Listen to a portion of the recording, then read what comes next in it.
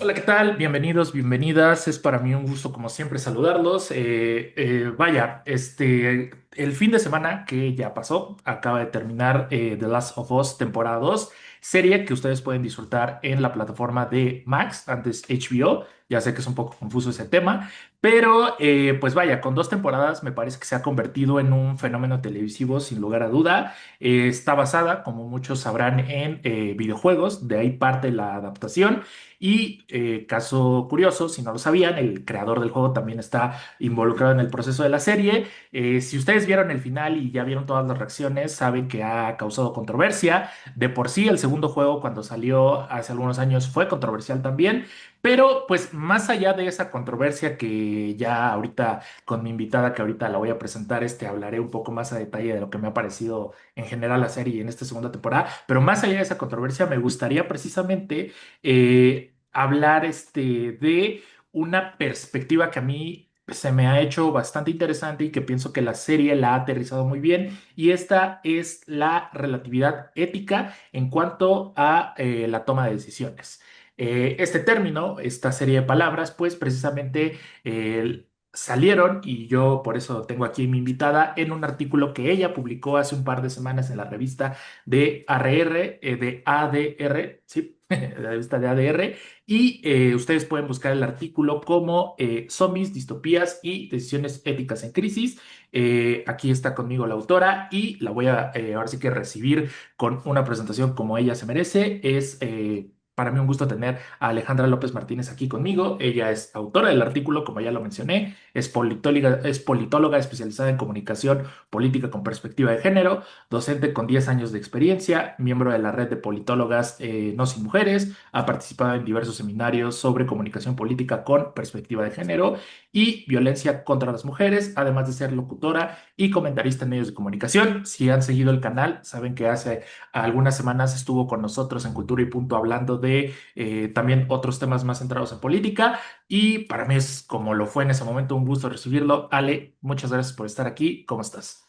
Al contrario, Fabio, muchísimas gracias. Siempre es un gusto para mí verte, siempre es un gusto platicar contigo y sobre todo pues hablar de estos temas que a mí me gustan muchísimo, ¿no? O sea, no todo en la política es propiamente de la política, sino que hay muchísimas otras cosas que pueden estar cerca y que además pues tienen tintes políticos bien interesantes.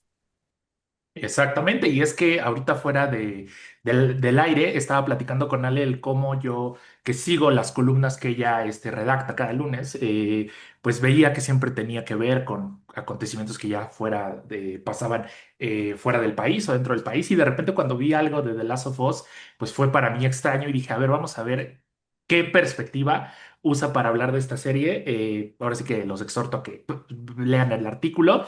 Pero pues bueno, ya para hablar ahora sí del tema, y empezando por lo que yo creo que es lo obvio, quisiera preguntarte antes de entrar al tema, o sea, lo que ya comenté, tu opinión en general, si quieres, de esta segunda temporada o en general de la serie. A lo mejor podría ser más interesante de la segunda temporada porque me acuerdo que tuiteaste de no estoy de acuerdo con este final, y yo nada más te puse como... to- Perdónenme a todos, no sé, y yo nada no más te puse... sé. y yo nada más te puse como faltan dos temporadas, y me respondiste con un emoji de ok, ¿cómo le hago? Pero adelante, por favor, quisiera escuchar tu opinión. Pues obviamente, como mucha gente, me sentí muy defraudada porque no se logró la venganza de la muerte de Joel, para empezar. Porque obviamente uno va generando cierto apego a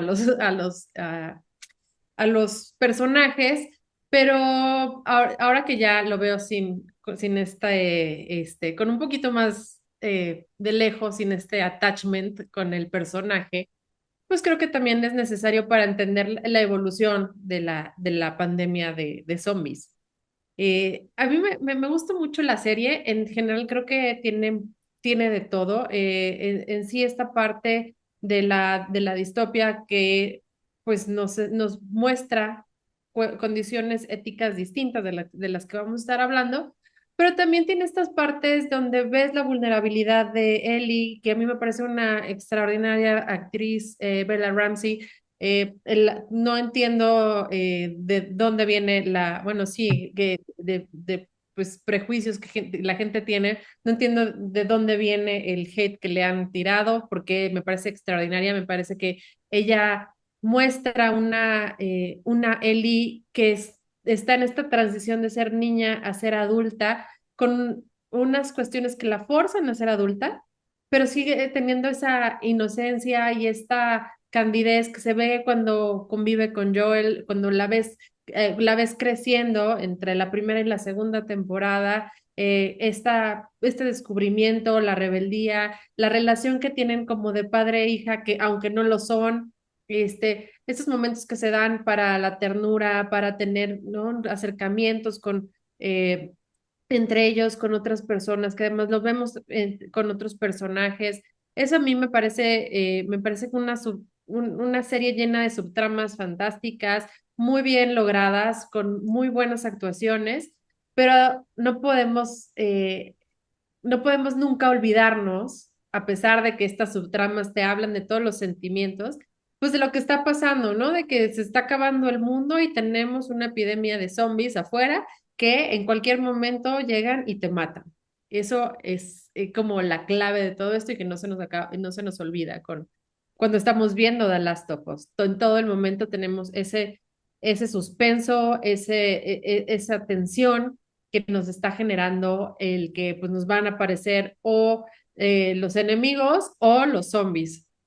Mm, sí, de hecho, si observamos bien, pareciera ser que los zombies son el mero pretexto para contarnos muchos otros problemas, ¿no? Uno piensa que cuando la humanidad llega a este punto de literalmente catarsis o de ver al diablo todos los días enfrente, podría ser que algo ha cambiado en tanto tiempo que las cosas podría decirse que ya no son como antes, pero realmente vemos que pues aparecen las dos cosas, o sea, tanto la manifestación de lo mejor que tenemos como sociedad, como especie, pero también aparece como lo peor. Y creo que sí fue algo diferente para los que vimos ahora sí que prácticamente la segunda temporada detrás de la primera, porque al mismo tiempo podría decirse que llegamos tarde. Lo comenté justamente en un video que va a salir próximamente en el canal donde hablo de la serie que yo cuando se estrenó en 2023 dije, ok, vamos a verla, pero realmente como que no me interesó. Y ahora terminé de ver la primera temporada y dije, tengo que estar al pendiente de la segunda. Y ahora sí, ya entrando en lo que viene a ser pues, para el artículo que escribiste, como bien lo señalas también, esto pues es una fantasía, ¿no? Es una fantasía, pero como lo mencionas en el artículo, no hace mucho vivimos una pandemia. Y aunque no fue de zombies, aunque no fue en esas circunstancias, la verdad es que sí uno puede de repente ver un juego de espejos, ver un paralelismo, puede encontrar esa relación. Y eso lo maneja muy bien la serie, o sea, como aunque esta no es la primera serie distópica, pero sí se siente relevante por el hecho de que sale después de que ya vivimos de alguna manera esto en carne y hueso. Y lo que comentas de la relatividad ética en cuanto a la toma de decisiones, me parece que es lo mejor que hace la serie. Tú ahí abordas algunos puntos en el artículo, pero tú cómo calificas el manejo de esto, de las decisiones precisamente, y cómo afectan las circunstancias, como tú lo dijiste, ¿no? La relatividad, cuando tienes que hacer una cosa, pero realmente quieres hacer otra. Bueno, yo creo que, bueno, a mí me, digo, quiero regresarme de cómo empezó mi amor por los zombies, o como la figura del zombie. Eh, Hay un libro que se llama Guerra Mundial Z, que salió hace muchísimos años, en 2006, que es como un falso documental del fin del mundo, hecho como si fueran reportes a las Naciones Unidas de pues, todo lo que estaba pasando. Y a mí no me gustaba, en realidad nunca he sido fanática de las películas de miedo ni de cosas de miedo, pero ese libro me marcó, es uno de mis libros favoritos. Está hecho por Max Brooks, lo escribió Max Brooks, que es uno de los guionistas, era uno de los guionistas de Saturday Night Live, que me parece fantástico. El formato que tiene este libro, que se lo recomiendo muchísimo, sobre todo si les gustan este tipo de cosas de terror, habla de muchos escenarios que se replican en el videojuego y en la película. Entonces, la película de Guerra Mundial Z, esa sí no se la recomiendo, no la vean, no tiene nada que ver con el libro, no tiene nada, no, a mí no me gustó absolutamente nada, pero te muestra una parte del ser humano cuando llega a un momento de crisis, un momento límite, cómo las cosas no son tan claras, o el límite de lo que es ético no es tan claro. Por ejemplo, todos estamos de acuerdo que matar está mal, ¿no? ¿No? Si vamos con el imperativo categórico de Kant, pues las cosas buenas son las que están bien siempre, ¿no? Pero, ¿qué pasa si estás, por ejemplo, en un momento en el que tu vida corre peligro y estás haciendo legítima defensa? Bueno, hay atenuantes y hay agraviantes, entonces, pues ahí ya dices, matar está mal, pero no está tan mal.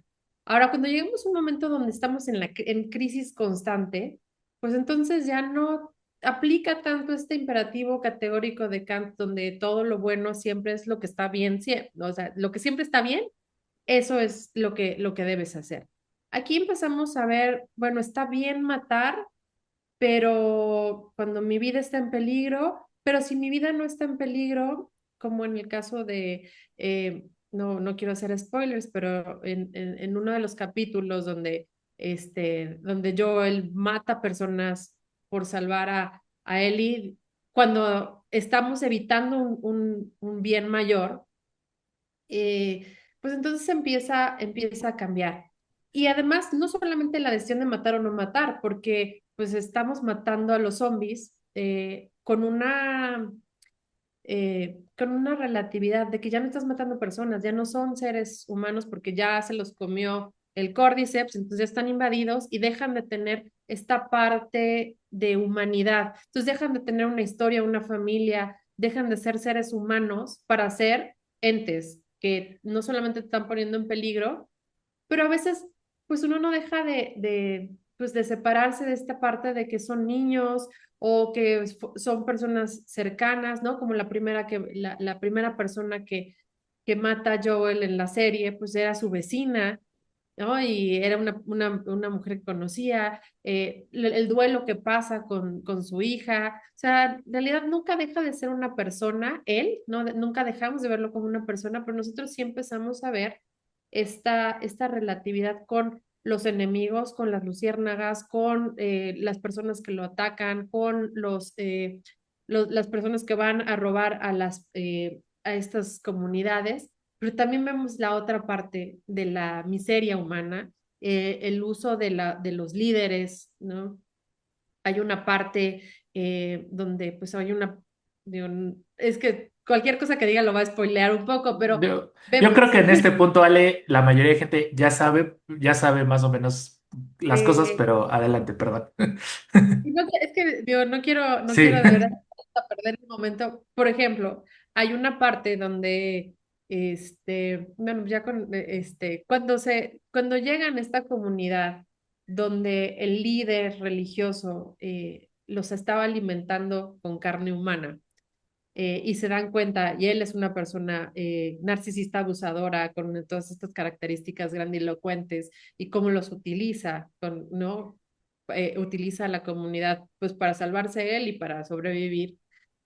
Son cosas que claro, si lo pensamos desde el punto de vista ético, ¿no? Donde bajo ninguna circunstancia estaría bien comerte a otro ser humano, pues ya no es tanto si estás en una parte, en un lugar extremo donde no puedes conseguir comida, donde las personas, hay más personas muriéndose, si de todos modos ya se murió, no lo ven, o sea, aunque de cierto punto nos podría horrorizar, ya no es tanto si empezamos a considerar las circunstancias. Y eso nos empieza a mostrar pues, ¿qué pasa en momentos de guerra, ¿no? Que no sea una guerra de fantasía, una distopia zombie, pero sino en la guerra real, donde hay personas que están en puntos de quiebre, donde hay estrés postraumático, que lo vemos en todo, prácticamente todos los personajes de la serie y con justa razón. ¿Qué pasa con las personas que tienen estrés postraumático en la guerra? ¿Qué pasa con los líderes, no? Tampoco, no vemos el liderazgo, ¿no? Un liderazgo mundial. En la serie vemos liderazgos locales que se aprovechan de la gente para sobrevivir, pero también tenemos liderazgos que son súper, pues, admirables desde cierto punto, como es Tommy y Marie, que son el hermano y la cuñada de Joel, que lideran una comunidad de una forma mucho más democrática y que, pues, nos dice, sí se puede, a pesar del peligro y a pesar de estas circunstancias de crisis y de choque. Entonces, cada episodio tiene un dilema ético que te hace pensar, bueno, sí está mal, pero no está tan mal porque a mí me cae bien. Sí, no está tan mal porque lo está haciendo para salvar a Ellie. No está tan mal porque es que estos son son malas personas o son personas que están haciendo daño, pero también te muestran la otra cara de la moneda con el final, ¿no? Todos estamos empatizando con Joel porque uno es el punto de vista de donde está contada la serie, porque son extraordinarios sus actores, porque Pedro Pascal es lo más carismático que existe, pero ¿qué pasa del otro lado? O sea, Abby también tiene eh, una deuda legítima por cobrar y está utilizando las mismas estrategias, está utilizando la misma relatividad moral, inclusive es mucho más ética Abby de lo que ha sido Joel, mucho, porque ella dice, yo no los voy a matar, yo solamente me quiero vengar de él por lo que le hizo a mi papá, yo solamente me quiero vengar de esta persona, no quiero acabar con el pueblo, no quiero acabar con todos. Y, y eso se nota pues ya al final cómo se le considera a ella como la líder, ¿no? La siguiente líder de pues del grupo al que están persiguiendo los lobos. Mm, sí es de repente. Y ahí es donde yo digo que es la grandeza un poco de este tipo de producciones, pueden ser series y películas, que cuando empiezas a verla y ya empiezas a tomar puntos como a favor, porque obviamente uno empatiza y se relaciona con los personajes, pero pues al final puede eso a veces como jugar en contra porque estás como súper inmersivo donde. Pues como bien lo dijiste, yo creo que nadie podría poner en tela de juicio que Pedro Pascal es un gran actor ni nada de eso y en general parece ser que lo que nos cuenta la primera temporada es cómo dos personas que estaban perdidas se reencuentran, forman un vínculo y en especial para Joel encontrar a Ellie fue encontrar el propósito, o sea, recuperar ese propósito que él había perdido desde hace muchos años, pero al mismo tiempo viendo los actos que cometió, uno se cuestiona justamente el si hizo esto para salvar a una persona, ¿de qué más es capaz? O sea, ¿hasta qué punto puede llegar esta idea? Y es que aquí vemos también en la segunda temporada que ha sido así siempre, porque hay un flashback que sucede en el penúltimo episodio de la segunda temporada, donde lo vemos de niño con su hermano y vemos que tiene siempre estas ganas de proteger al indefenso, estas ganas de siempre ponerse delante.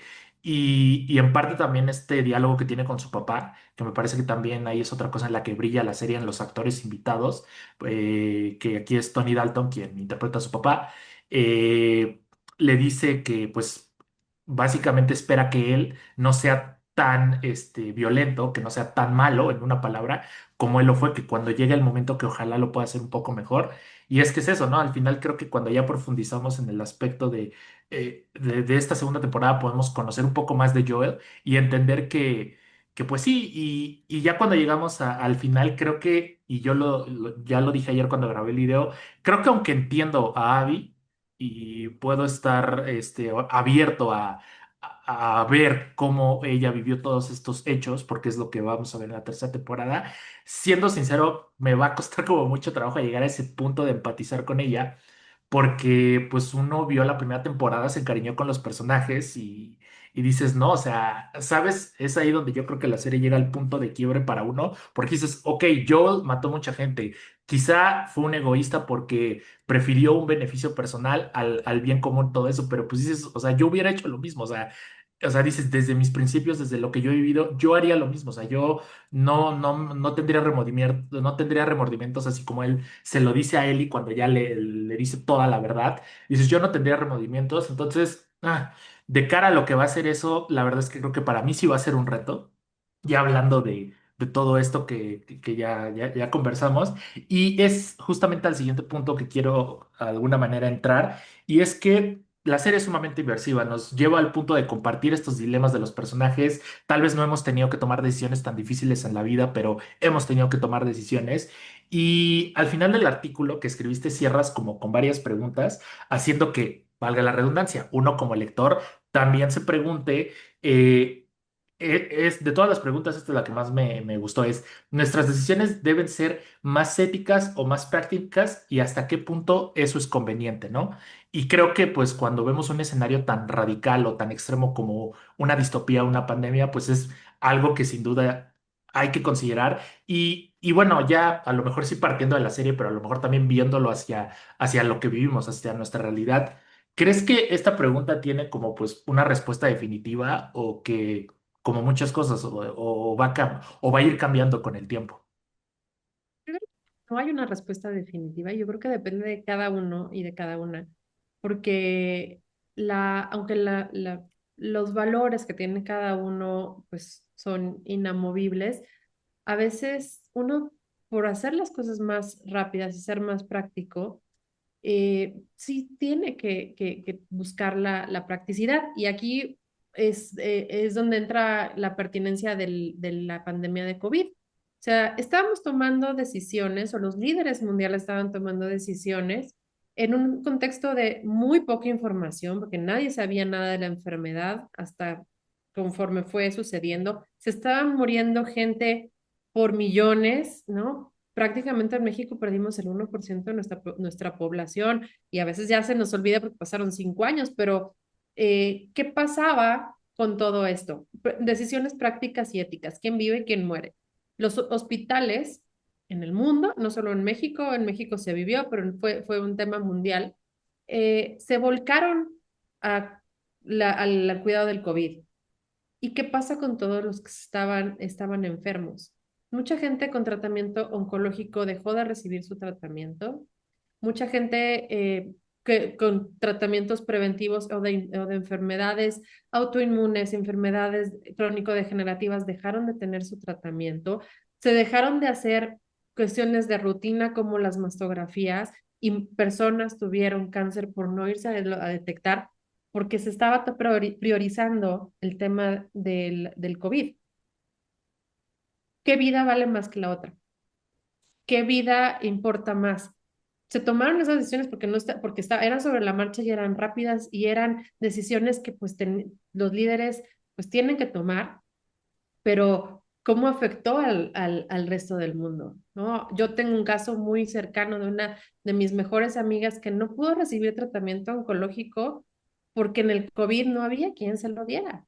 No había quien se lo suministrara, tampoco se estaban importando porque todo era COVID y mi amiga falleció. Entonces, la vida de una persona que se salva del COVID es más importante que una persona con tratamiento oncológico. Depende, ¿no? Son la ética eh, y la relatividad, pues son distintas. O la rapidez con la que se hizo la vacuna. Pues la vacuna sí pudo salvar muchas vidas, pero se hizo probablemente experimentando en nosotros mismos. No lo sabemos de cierto, pero la rapidez de la forma en la que se hizo esta vacuna pues necesariamente nos tomó a nosotros como primera generación de vacunados como conejillos de Indias. O vamos a hablar del caso de la Ciudad de México, donde era recomendada la ivermectina y una persona del gobierno de la Ciudad de México, que ahora está en el gobierno federal, empezó a hacer un estudio viendo quiénes se salvaban con la ivermectina y quién no, cuando no estaba comprobada, porque no teníamos información. Ese tipo de decisiones éticas, con poca información, con rapidez y con practicidad, se tienen que tomar todo el tiempo en situaciones de crisis. Y pues hay de crisis a crisis, crisis económicas, crisis de que pasó algún accidente, ¿no? La caída de las Torres Gemelas, por ejemplo, o explosiones, o la guerra. Pero en esta muy claramente se habla de, pues, qué hay que priorizar, la rapidez y la practicidad, porque pues ni modo, esto es lo que hay que hacer, o la ética y decir, pues, cuál vida vale más que otra, ¿no? Es un poquito este dilema clásico que se usa mucho en la academia, donde viene un tren, se va a descarrilar, por un lado hay 200 personas y por otro hay una persona en las vías. ¿Qué haces? ¿Desvías el tren o no lo desvías? De todos modos, alguien se va a morir, ¿no? En este dilema ético, pero ¿qué crees tú que va a ser mejor, ¿no? Y los líderes políticos tienen que tener esto muy claro, están decidiendo en una vida sobre otra. En el caso, por ejemplo, del papá de Abby, estamos priorizando a Ellie, ¿no? La niña infectada, inmune, pero no vamos a tener ningún beneficio de ella que podría ayudar a toda la humanidad. Y estás matando a la única persona que existe que sabría cómo hacerlo. Y es una persona además indefensa, desarmada en un quirófano. Entonces, eso nos muestra de dónde viene el enojo y la justa razón que tiene Abby de decir, están, Joel es un criminal de guerra. Y, y decirle a Abby al final, a Ellie al final, te dejé vivir y no hiciste nada. Digo, todavía no sabemos cómo va a acabar eso, pero le está pegando en esta culpa de la sobreviviente que tiene Ellie de, sí, probablemente pude salvar a la humanidad, pero no lo hice. Y ella no tuvo nada que ver ahí. Sí, es que, y ya casi para ir cerrando, creo que sí, Eli, aunque, pues digo, desde la primera temporada la entendemos, sí llegó al punto de en varios momentos de la temporada llegar a un punto de que nos desesperara el cómo estaba demasiado obsesionada y decidida a tomar su venganza. Y creo que el último capítulo en especial ya es como, yo creo que como la caída absoluta del personaje hacia literalmente todo, o sea igual sin entrar en spoilers, yo creo que lo que ella vive en ese último capítulo de primero conversar con Jesse, que le pone como siempre los pies en la tierra y le dice como, oye, piensa bien las cosas, entre eso y que ella está duro y dale que quiere estar, o sea, que ella nadie la va a detener, que casi ve la muerte en un momento también súper, yo estaba ahí en crisis viendo cómo ella pues prácticamente estaba paralizada porque no podía hacer nada, porque decía, no, yo no soy y nada, ¿no? O sea, la gente que estaba ahí ni se inmutaba. Y luego llegando a este último punto donde pues lo que pasa con Jesse, igual para no entrar en spoilers, llega y en ese punto creo que sí, sí me puse con Abby dije, ay, Eli, o sea hasta incluso durante el trayecto para antes de que lleguemos al final, tuvo como varias advertencias de ya, o sea, ya déjalo, o sea, ya hay más cosas por las que todavía puedes seguir viviendo, pero creo que eso también refleja un poco la naturaleza humana, creo que también es esta parte de cómo las cosas se heredan, se traspasan, como lo habíamos visto con el papá de Joel y cómo Joel de alguna manera vino a romper cuando tuvo la oportunidad con él y ese ciclo que venía siendo algo como muy ancestral. Pero ahora en este punto también es como, o sea, es donde es conflictivo y donde digo que a todos los personajes uno los tiene que ver con unas escalas de grises muy, muy delgadas. O sea, ya no es el malo, el bueno, la que lo hizo por amor, la que lo hizo por odio. Simp- Simplemente te llevan a ese punto de estar en el dilema de, ¿sabes qué? ¿Tú qué harías? O sea, no, no sé, o sea, no sé si lo que tú opines o lo que tú pienses esté bien o mal, pero pues tú qué harías. Y pues bueno, todavía hay por lo menos una temporada más confirmada. tendremos que esperar un par de años si es que no hay ningún retraso planeado o improvisado. Se ha hablado de que va a haber posiblemente también una cuarta, eso todavía no está confirmado. Pero pues ya para ir cerrando y justamente antes de que se nos acabe el tiempo, algo más que quieras comentar en general, pues del tema y de la serie. Eh, el micrófono es tuyo, Ale. Pues bueno, los que no la hayan visto, véanla, es increíble, es una gran serie y justo lo que te muestra es que pues ¿tú qué harías en una situación así, no? Te pone a pensar, y eso es lo más valioso de esta serie, es que nos muestra a los personajes como humanos. Es muy fácil hacer narrativas dicotómicas, ¿no? Los buenos, los malos, las víctimas, y en general, pues tenemos esta narrativa del viaje del héroe y tenemos como muchas cosas ya prehechas para entender, ¿no? Estas narrativas en las películas, en las series, en las producciones de televisión. Pero esta lo que tiene es que nos muestra todas las escalas de grises, todos los sentimientos, y dices, este criminal de guerra, pero lo entiendo, pero de verdad es una buena persona, pero no es tan buena persona porque se mató a todo un hospital. También si lo trasladas a tu vida, te ayuda a entender que nada de lo que nosotros vemos tan fácil lo es, ¿no? Siempre hay un trasfondo, la realidad de por qué las personas delinquen, por decirlo de alguna manera, no siempre es como, es que es malo, o te ayuda a entender, pues, por qué hay circunstancias que lo hacen más difícil o que son agravantes o son atenuantes o te ayuda también a entender que pues, ni todos los buenos son tan buenos, ni todos los malos son tan malos, y que a lo mejor tú, que te sientes una persona éticamente impecable, en una situación de crisis podrías tomar una decisión que no sería tan bien recibida por otras personas. Definitivamente, de acuerdo contigo, la serie nos ha dejado básicamente como no nos gusta que nos deje ninguna serie y es en el suspenso total. Eh, Esperemos, como ya dije, que no demore más de los 2 años que en teoría tendría que ser el tiempo esperado. Pues tenemos un poquito el tiempo encima y por eso pues quiero agradecerte una vez más por haber estado aquí. Lo dije en su momento en la otra vez que tuve la oportunidad de pues platicar más de política que de un poco de series. Para mí esto es como muy especial porque cuando tuvimos el placer de coincidir siendo maestra, alumno, la pasé increíble y en este último año que te he seguido con ya literalmente viendo cómo te dedicas enteramente a lo que estudiaste y a lo que te apasiona, pues realmente me ha inspirado a mí, me emociona mucho poder platicar y justamente estaba buscando como el pretexto ideal para eso. Entonces, pues nada, Ale, muchas gracias por haber estado aquí. Gracias, para mí siempre es un honor y siempre es un gusto estar contigo. Muchísimas gracias y muchas gracias a todos los que nos están escuchando y viendo. Les invito a que chequen las redes sociales de Ale, todo lo que ella hace, también que se suscriban al canal y chequen los demás videos. Nos estamos viendo. Hasta la próxima.